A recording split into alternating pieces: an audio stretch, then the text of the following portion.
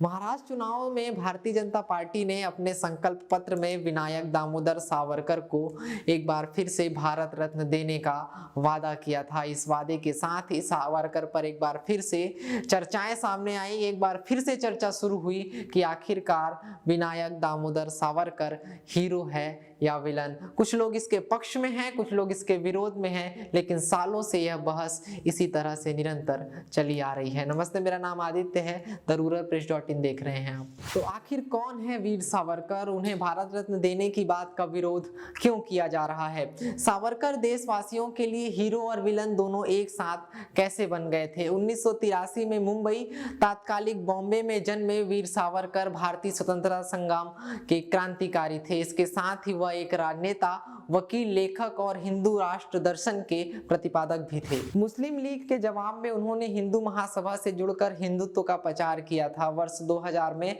तात्कालिक वाजपेयी सरकार ने राष्ट्रपति KR नारायणन के पास सावरकर को भारत रत्न सर्वोच्च नागरिक सम्मान देने का प्रस्ताव भेजा था, लेकिन उन्होंने इसे स्वीकार नहीं किया था।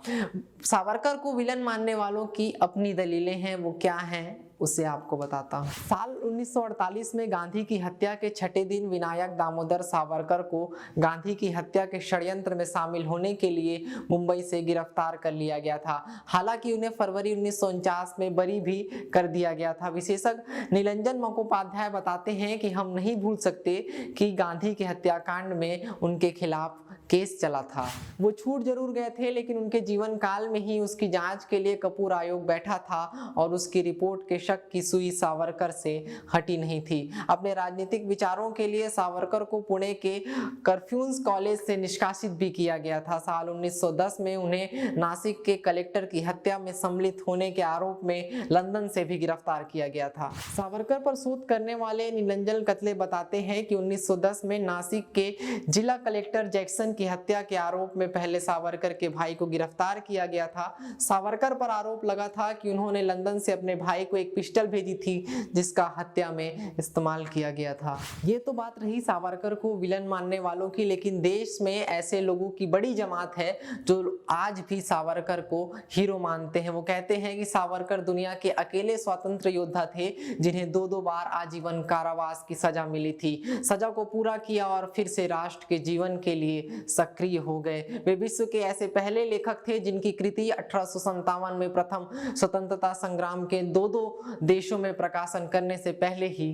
प्रतिबंधित कर दी गई थी। वो मानते हैं कि सावरकर देश के पहले ऐसे भारतीय राजनेता थे जिन्हें सर्वप्रथम विदेशी वस्त्रों की होली जलाई थी। वे पहले ऐसे स्नातक थे जिनकी स्नातक की उपाधि स्वतंत्रता आंदोलन में भाग लेने के कारण अंग्रेजों ने वापस ले ली थी। वीर सावरकर पहले ऐसे भारतीय विद्यार्थी थे जिन्होंने इंग्लैंड के राजा के प्रति वफादारी की शपथ लेने से मना कर दिया था और फलस्वरूप उनकी वकालत भी की डिग्री भी रोक दी गई और उन्हें वकालत भी नहीं करने दी गई थी। वीर सावरकर ने ही राष्ट्र ध्वज के तिरंगे के बीच धर्म चक्र लाने का सुझाव सबसे पहले तात्कालिक राष्ट्रपति राजेंद्र प्रसाद के पास भेजा था, जिसे उन्होंने स्वतः ही स्वीकार कर लिया था। उन्होंने सबसे पहले पूर्ण स्वतंत्रता को भारत में स्वतंत्रता आंदोलन का लक्ष्य घोषित किया था। वे ऐसे पहले राजनीतिक बंदी थे जिन्हें विदेशी फ्रांस भूमि पर बंदी बनाने के कारण हेग के अंतरराष्ट्रीय न्यायालय तक यह मामला पहुंच गया था। वैसे पहले क्रांतिकारी थे जिन्होंने राष्ट्र के सर्वांगीण विकास का चिंतन किया था तथा बंदी जीवन समाप्त होते ही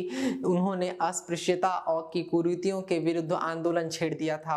दुनिया के ऐसे पहले कवि थे जिन्होंने अंडमान के एकांत में कारावास में जेल की दीवारों में कील और कोयले से अपनी कविताएं लिखी थी और उन तमाम कविताओं को कंठस्थ याद भी किया था। अंडमान की उस काल कोठरी में सावरकर को न जाने कितनी शारीरिक यातनाएं सहनी पड़ी थी। इसको शब्दों में बयां करना शायद मुश्किल है। अनेक वर्षों तक रस्सी कूटना, कोल्हू की बैल की तरह जुतना और तेल निकालना, हाथों में हथकड़ियां पहने घंटों तक खड़े रहना, महीनों के एकांत में काल कोठरी में रहना, ये सब तमाम यातनाएं उनको झेलनी पड़ी थी। ये असहनीय कष्ट सहते हुए सावरकर ने अपने कारावास के दिन काटे थे, लेकिन ये शारीरिक कष्ट कभी भी उस अदम्य साहस के प्रयास बन चुके विनय सावरकर को प्रभावित नहीं कर सकी। कारावास में रहते हुए भी सावरकर सदा सक्रिय बने रहे।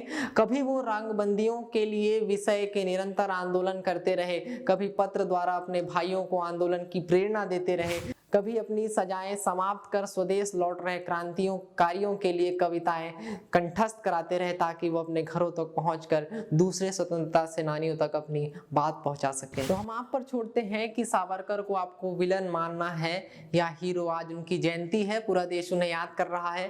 ट्विटर पर सावरकर ट्रेंड कर रहे हैं। प्रधानमंत्री नरेंद्र मोदी ने भी ट्वीट करके सावरकर को याद किया है। अगर आपको यह वीडियो पसंद आया है तो हमारे YouTube चैनल को सब्सक्राइब करें, बेल आइकन को दबाएं ताकि आने वाले वीडियोस की नोटिफिकेशन मिलती रहे। अगर आप हमारा वीडियो हमारे फेसबुक पेज या ट्विटर पेज पर देख रहे हैं तो उसे फॉलो और लाइक कर दें। शुक्रिया।